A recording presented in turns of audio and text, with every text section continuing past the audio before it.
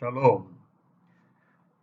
Today's sharing is on the very important subject of the communion cup of betrothal.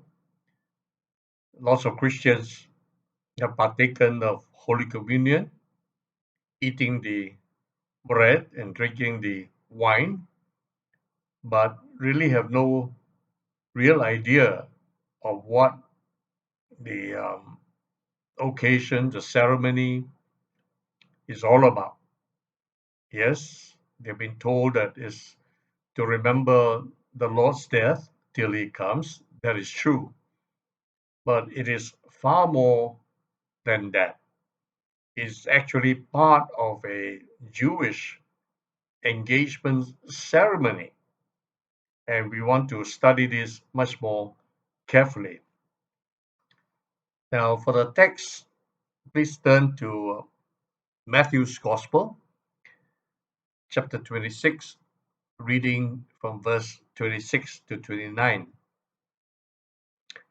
And as they were eating, Jesus, Yeshua, took bread and blessed it and broke it, gave it to the disciples, and said, Take, eat, this is my body. And he took the cup and gave thanks and gave it to them, saying, Drink all of it, for this is my blood of the new covenant, which is shed for many for the remission of sins. But I say to you, I will not drink of this fruit of the vine from now on until that day when I drink it new with you in my Father's kingdom. Okay, allow me to take you back to a scene of betrothal, of engagement at the foot of Mount Sinai. Let me quote from the book of Exodus, verses 6 to 8. Wherefore, say unto the children of Israel, I am Yahweh, and I will bring you out from under the burdens of the Egyptians. I will rid you out of all their bondage, and I will redeem you with a stretched out arm, with great judgments.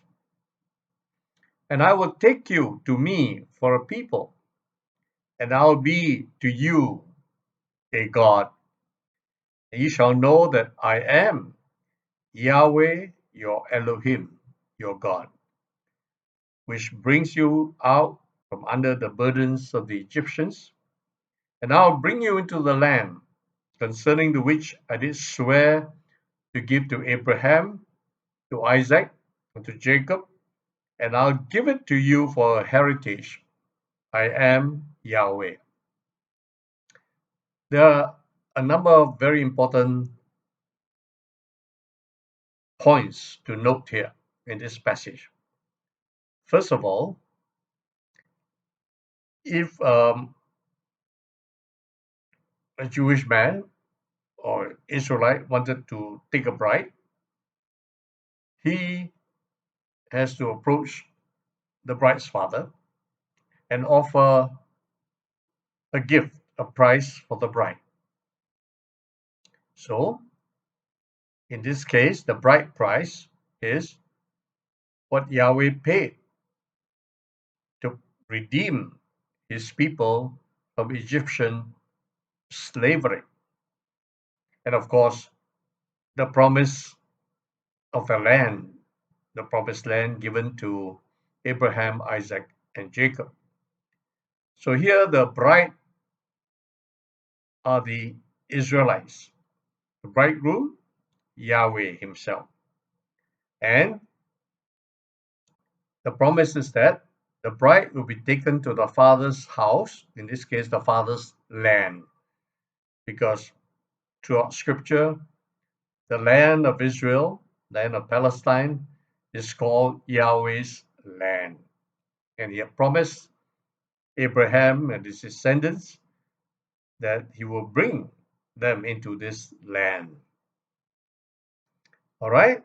And just like all weddings, there is a best man, a friend of the bridegroom. Here we find Moses in Exodus chapter 19 and verse 17. And Moses brought forth the people out of the camp to meet with God, and they stood at another part of the mount. They stood at the foot of Mount Sinai. So, in other words, Moses was the intermediary. He arranged his meeting between the Israelites and Yahweh, who would appear on the top of Mount Sinai. Now, every marriage, especially a Jewish one, would have a marriage contract called a ketubah. And the ketubah is the Torah, the law of Yahweh given through Moses on Mount Sinai. In fact, on the first day of Shavuot, which is the feast of Pentecost, Jewish congregations everywhere would read Exodus chapter 19, verse 1, all the way through to Exodus chapter 20 and verse 23. If you check these two chapters for yourself, you will see they refer to the commandments that Yahweh gave to the Israelites by the hand of Moses, especially the Ten Commandments. And a typical Jewish betrothal would take place under something called a chuppah, which is a canopy under which the engagement, the betrothal, is conducted. So here, the chuppah is Mount Sinai. The Israelites stood at the foot of Mount Sinai. Yahweh appeared at the top of Mount Sinai, up providing the covering, providing the chuppah. We are told that clouds and so on surrounded the mountain. Then the bridegroom will make a promise to the prospective bride. And here in Exodus chapter 19, verse 5. Now, therefore, if you will obey my voice indeed and keep my covenant, then you shall be a peculiar treasure unto me above all people, for all the earth is mine. So, what is the promise? That if the Israelites were to obey Yahweh's Torah, he will accept them as his people, and not just a people, but a peculiar people, a special people, a peculiar treasure unto him above everybody else on the earth. The bride would also make a promise or an oath, and we see this in Exodus chapter 24, verses 5 to 8. And he sent young men of the children of Israel, which offered burnt offerings and sacrificed peace offerings of oxen unto Yahweh. And Moses took half of the blood, put it in basins, and half of the blood he sprinkled on the altar. And he took the book of the covenant, the Torah, and read it in the audience of the people, and they said, all that Yahweh has said, we will do and be obedient. And Moses took the blood, sprinkled it on the people, and said, behold, the blood of the covenant which Yahweh hath made with you concerning these words. A covenant is a contract between two parties. So here the Torah represents the bridal contract, the marriage contract called the ketubah. And all covenants in the Middle East had to be sealed with blood. And here, the blood of clean, innocent animals was used for sealing this covenant. So, how did Moses do it? He sprinkled half the blood on the altar in the tabernacle, the other half is sprinkled on the people, even as they swore to obey Yahweh, obey his voice, obey his Torah. That was the covenant. So, covenant of obedience. In return for the obedience of the Israelites, Yahweh promised to take them unto himself as a special people, as a peculiar treasure. Just as later we'll see, the bridegroom will take the bride unto himself, but there are conditions. Okay, so there's something else we need to understand about Jewish engagement. You see, in our society, as in Western societies, an engagement is just a promise of marriage. But in Jewish uh, tradition and society, Israelites, a betrothal, an engagement is as good as marriage itself. You know, it's a legally binding marriage, although the physical consummation has not yet taken place. Okay, so let's read from Jeremiah, Jeremiah, chapter 31 and verse 32. Not according to the covenant that I made with their fathers in the day that I took them by the hand to bring them out of the land of Egypt, which my covenant they broke, although I was a husband unto them, said Yahweh. Now you may know another occasion in the Bible, this time in the New Testament, where a betrothal and engagement was equated with marriage. And here I refer to Joseph, the carpenter, who was betrothed or engaged to be married to a virgin called Mary. We all know the story of the incarnation.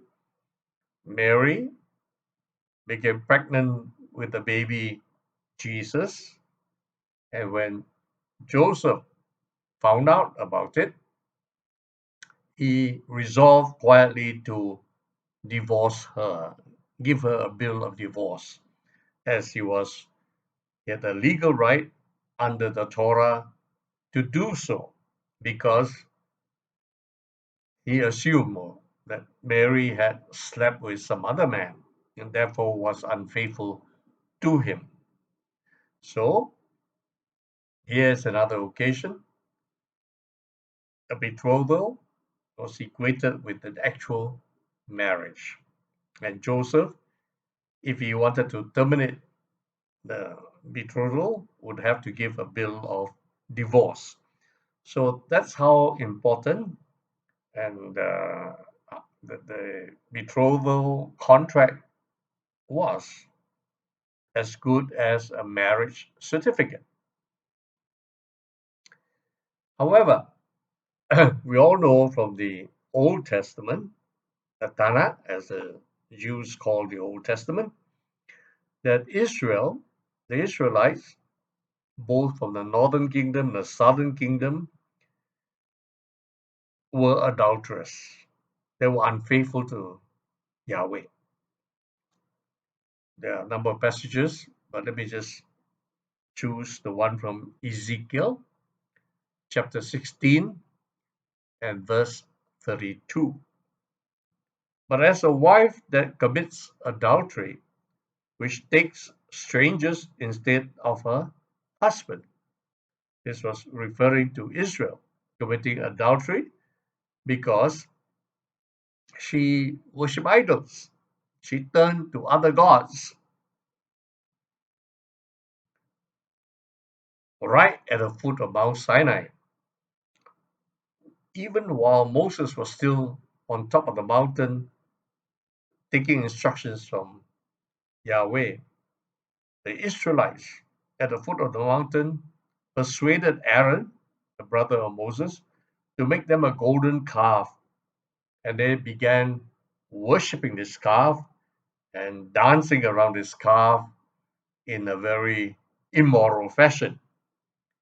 And the Bible tells us very clearly that idolatry, the worship of other gods, the worship of idols of wood and stone, is equivalent to spiritual adultery.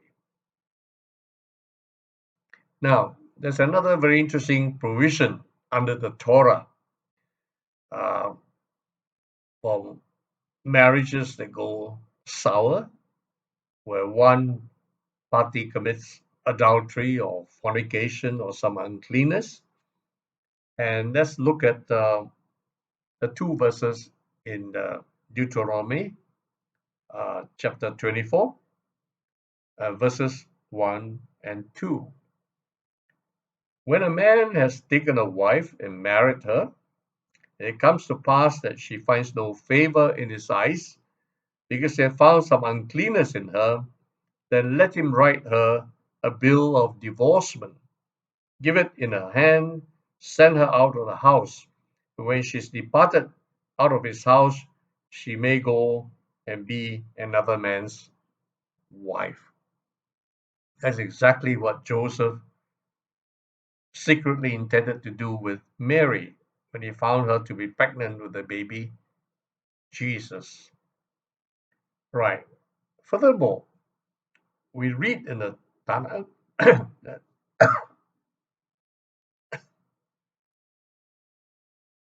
we read in the Tanakh in the Old Testament that Yahweh actually reached the point where he divorced Israel. You turn to Isaiah chapter 50 and verse 1. Thus says Yahweh, where's the bill of your mother's divorcement, whom I have put away? Or which of my creditors is it to whom I have sold you? Behold, for your iniquities have you sold yourselves, and for your transgressions is your mother put away. The words put away means divorce. So Yahweh divorced Israel, the Israelites, for their transgressions, for their breaking the Torah, breaking the oath to obey him, in particular in going after other gods. There's another interesting provision of the Torah that is very relevant to our study today, and that is that under Torah, if a woman is divorced from her husband or divorced by her husband, and she goes and get married to somebody else, later, if she wants to come back to the first husband, she is not allowed to do so. She cannot return to her former husband if she has married another man. We see this in Deuteronomy 24, verses 3 and 4. And if the latter husband hate her and writes her a bill of divorcement and gives it in her hand and sends her out of his house, or if the latter husband die, which took her to be his wife, her former husband, which sent her away, may not take her again to be his wife. After that she is defiled, for that is abomination before Yahweh. And thou shalt not cause the land to sin, which Yahweh thy God gives thee for an inheritance. Now we know in actual life nowadays, it's quite often you hear of people who get divorced and remarried. And there have been cases where, especially in the case of celebrities, after the remarriage of the woman, later she divorces the new husband or the second husband and then gets married again to the first husband. The case in point was Elizabeth Taylor and Richard Burton. They married, they got divorced. She married somebody else and later divorced that person and went back to Richard Burton. Now, when you do this, Yahweh says it is an abomination to him. It is something very detestable in his sight. And he says, you are causing the land to sin. You are polluting the land. Now, there are other sins that the Bible tells us, especially in the Tanakh, that causes the land to be polluted. And because the land is polluted, Yahweh would throw the inhabitants, eject the inhabitants out of the land.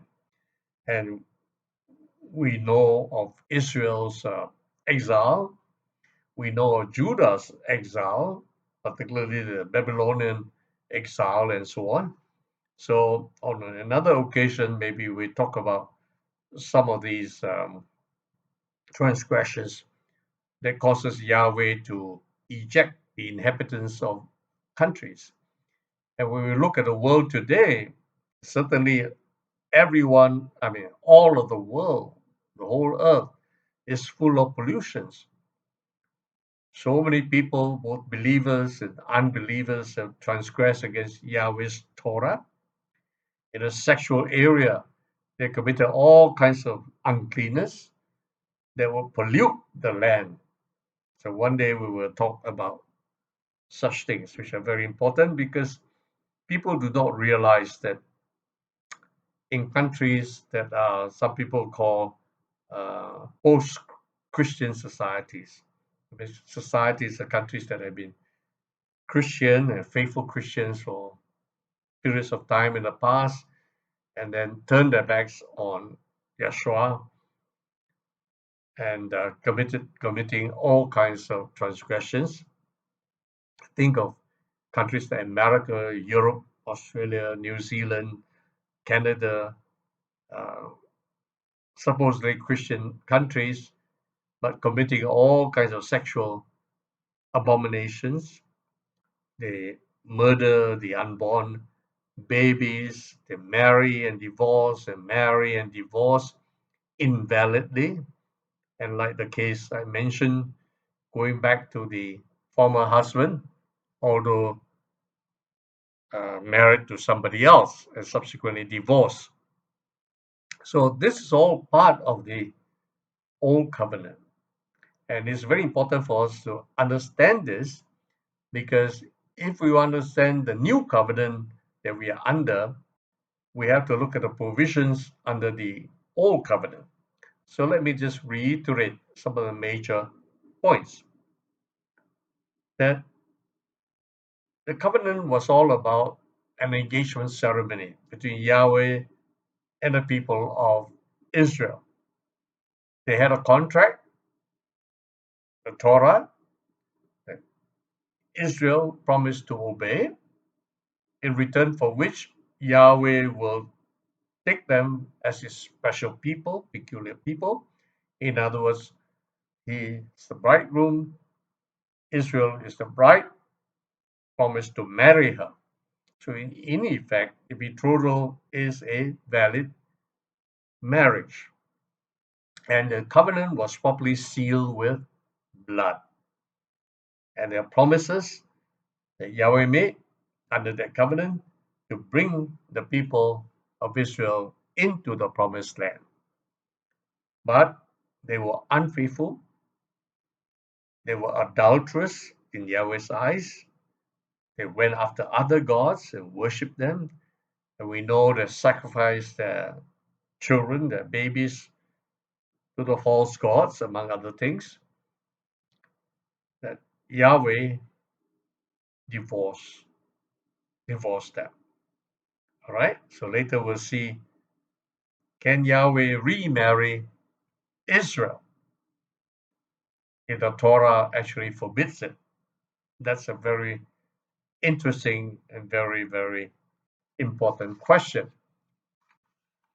Now, perhaps this is a convenient point to pause this segment of the video. And when I come back shortly, we will continue with the new covenant betrothal.